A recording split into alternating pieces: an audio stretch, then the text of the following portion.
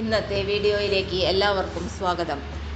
ഇന്ന് Kerala set July 2025 പരീക്ഷയ്ക്ക് അപേക്ഷാ ഫോറം പൂരിപ്പിക്കുമ്പോൾ ശ്രദ്ധിക്കേണ്ട കാര്യങ്ങൾ എന്തെല്ലാമെന്നാണ് വീഡിയോയിൽ ചെയ്യുന്നത്.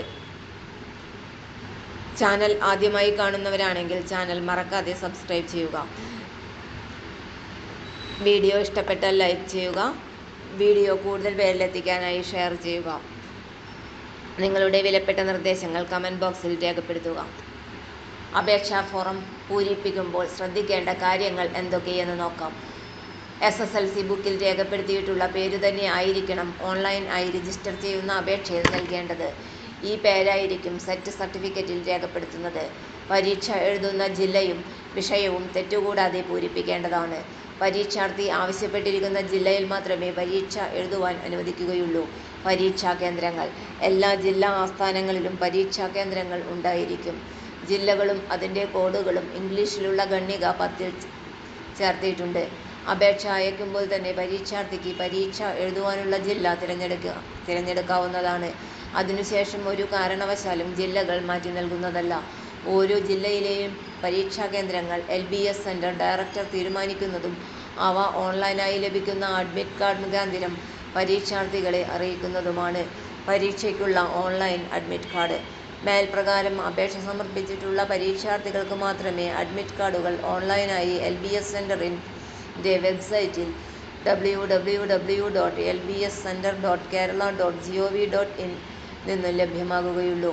ഇത് ലഭിച്ചു തുടങ്ങുന്ന തീയതി പ്രമുഖ പത്രങ്ങളിലും LBS സെൻറ്ററിൻ്റെ വെബ്സൈറ്റിലും പ്രസിദ്ധീകരിക്കുന്നതാണ്.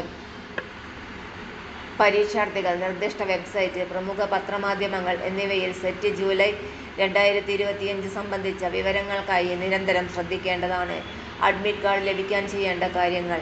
www.lbscenter.kerala.gov.in എന്ന വെബ്സൈറ്റ് സന്ദർശിക്കുക. വെബ്സൈറ്റിൽ കാണുന്ന ഓൺലൈൻ സർവീസിലെ സെറ്റ് ആൻഡ് അതർ എക്സാംസ് തിരഞ്ഞെടുക്കുക. അതിൽ സെറ്റ് ജൂലൈ 2025 ക്ലിക്ക് ചെയ്യുക. Print your admit card click ചെയ്യുക. ആവശ്യപ്പെടുന്ന മുറയ്ക്ക് രജിസ്ട്രേഷൻ നമ്പറും സൈറ്റ് ആക്സസ് കീയും നൽകുക. സ്ക്രീനിൽ തെളിയുന്ന അഡ്മിറ്റ് കാർഡിൻ്റെ പ്രിൻ്റ് എടുക്കുക. പരീക്ഷയ്ക്ക് മുൻപായി അഡ്മിറ്റ് കാർഡിലെ നിർദ്ദേശങ്ങൾ പരീക്ഷാർത്ഥികൾ സശ്രദ്ധം വായിച്ചു നോക്കേണ്ടതാണ്. ഉത്തരക്കടലാസ്. ഓരോ പേപ്പറിനും പ്രത്യേക ഉത്തരക്കടലാസുകൾ നൽകുന്നതാണ്. സാമ്പിൾ OMR ആൻസർ ഷീറ്റ് പ്രോസ്പെക്റ്റിനോടൊപ്പം ലഭിക്കും. OMR ആൻസർ ഷീറ്റിൽ അടയാളപ്പെടുത്തുവാൻ നീല, കറുപ്പ് മഷിയുള്ള ബോൾ പെയിൻറ് പേനകൾ മാത്രമേ ഉപയോഗിക്കാവൂ. ഓരോ OMR ഷീറ്റിനും അതിനു മാത്രമായ ഒരു ബാർകോഡ് ഉണ്ടായിരിക്കും. അതിനെ അടിസ്ഥാനമാക്കിയാണ് ഉത്തരക്കടലാസ് മൂല്യനിർണ്ണയം നടത്തുന്നത്. ബാർകോഡിൽ എന്തെങ്കിലും കേടുപാടുകൾ വരുത്തിയിട്ടുണ്ടെങ്കിൽ ആ പരീക്ഷാർത്ഥിയെ അയോഗ്യനാക്കുന്നതും പരീക്ഷാർത്ഥിത്വം നിരസിക്കുന്നതുമാണ്. കൂടാതെ തുടർന്ന് വരുന്ന 2 അവസരങ്ങളിൽ പരീക്ഷാർത്ഥിയെ സെറ്റ് എഴുതുന്നതിൽ നിന്നും വിലക്ക് ഏർപ്പെടുത്തുന്നതുമാണ്. ഇത്തരത്തിലുള്ള പരീക്ഷാർത്ഥികളുടെ ഉത്തരക്കടലാസ് മൂല്യനിർണ്ണയം ചെയ്യുന്നതല്ല. OMR ഷീറ്റിൽ ആവശ്യപ്പെട്ടിട്ടുള്ള വിവരങ്ങൾ മാത്രം പൂരിപ്പിക്കുക. പരീക്ഷാർത്ഥിയെ തിരിച്ചറിയുവാൻ സഹായിക്കുന്ന എന്തെങ്കിലും കുറിപ്പുകൾ, അടയാളങ്ങൾ OMR ഷീറ്റിൻ്റെ ഏതെങ്കിലും ഭാഗത്ത് രേഖപ്പെടുത്തിയിട്ടുണ്ടെങ്കിൽ ആ പരീക്ഷാർത്ഥിയെ അയോഗ്യനാക്കുന്നതാണ്. അയാളുടെ പരീക്ഷാർത്ഥിത്വം റദ്ദാക്കുന്നതാണ്. അവരെ പിന്നീട് വരുന്ന 2 അവസരങ്ങളിൽ സെറ്റ് എഴുതുന്നതിൽ നിന്നും വിലക്കുന്നതും ഇങ്ങനെയുള്ളവരുടെ ഉത്തരക്കടലാസ് മൂല്യനിർണ്ണയം നടത്തുന്നു. തൊഴിൽ വാർത്തകൾ. എല്ലാ ദിവസവും വാർത്തകൾ തുടർന്നും ലഭിക്കാൻ ചാനൽ ആദ്യമായി കാണുന്നവരാണെങ്കിൽ ചാനൽ സബ്സ്ക്രൈബ് ചെയ്യുക. വീഡിയോ ഇഷ്ടപ്പെട്ടാൽ ലൈക്ക് ചെയ്യുക. വീഡിയോ കൂടുതൽ പേരിൽ എത്തിക്കാനായി ഷെയർ ചെയ്യുക.